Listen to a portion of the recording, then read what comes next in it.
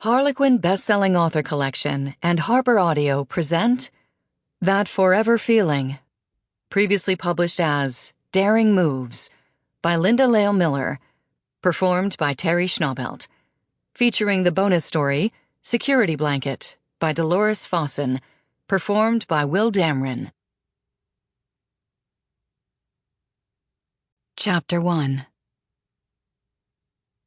The line of people waiting for an autograph reached from the bookstore down the length of the mall to the specialty luggage shop.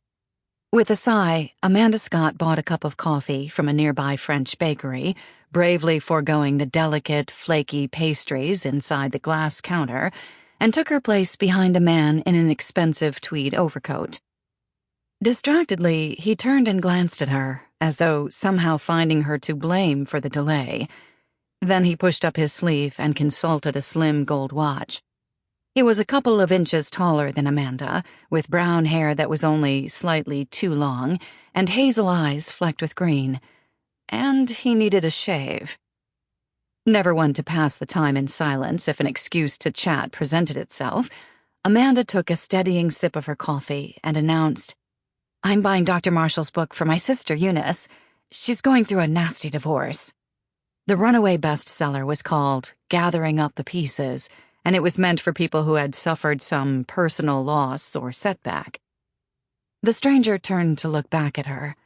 The pleasantly mingled scents of new snow and English leather seemed to surround him. "Are you talking to me?" he inquired, drawing his brows together in puzzlement. Amanda fortified herself with another sip of coffee. She hadn't meant to flirt. It was just that waiting could be so tedious. "Actually, I was," she admitted. He surprised her with a brief but brilliant smile that practically set her back on the heels of her snow boots. In the next second, his expression turned grave, but he extended a gloved hand. "Jordan Richards," he said formally. Gulping down the mouthful of coffee she'd just taken, Amanda returned the gesture. "Amanda Scott," she managed. "I don't usually strike up conversations with strange men in shopping malls, you understand. It's just that I was bored." Again, that blinding grin, as bright as sunlight on water. "I see," said Jordan Richards. The line moved a little, and they both stepped forward. Amanda suddenly felt shy and wished she hadn't gotten off the bus at the mall. Maybe she should have gone straight home to her cozy apartment and her cat. She reminded herself that Eunice would benefit by reading the book, and that, with this purchase, her Christmas shopping would be finished. After today, she could hide in her work, like a soldier crouching in a foxhole, until the holidays and all their painful associations were past. "Too bad about Eunice," Jordan Richards remarked. "I'll give her your condolences," Amanda promised, a smile lighting her aquamarine eyes. The line advanced, and so did Amanda and Jordan. "Good," he said. Amanda finished her coffee, crumpled the cup, and tossed it into a nearby trash bin. Beside the bin, there was a sign that read, "Is therapy for you? Attend a free mini-session with Dr. Marshall after the book signing." Beneath was a diagram of the mall with the public auditorium colored in. "So," she ventured, "are you buying Gathering Up the Pieces for yourself or somebody else?"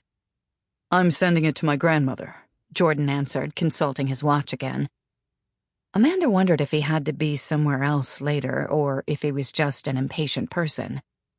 "What happened to her?" she asked sympathetically. Jordan looked reluctant, but after a few moments and another step forward as the line progressed, he said, "She had some pretty heavy-duty surgery a while back." "Oh," Amanda said, and without thinking, she reached out and patted his arm so as not to let the mention of the unknown grandmother's misfortune pass without some response from her. Something softened in Jordan Richards' manner at the small demonstration. "Are you attending the free mini-session?" he asked, gesturing toward the sign. The expression in his eyes said he fully expected her to answer no. Amanda smiled and lifted one shoulder in a shrug. "Why not? I've got the rest of the afternoon to blow, and I could learn something." Jordan looked thoughtful. "I suppose nobody has to talk if they don't want to." "Of course not," Amanda replied confidently. Sample complete. Ready to continue?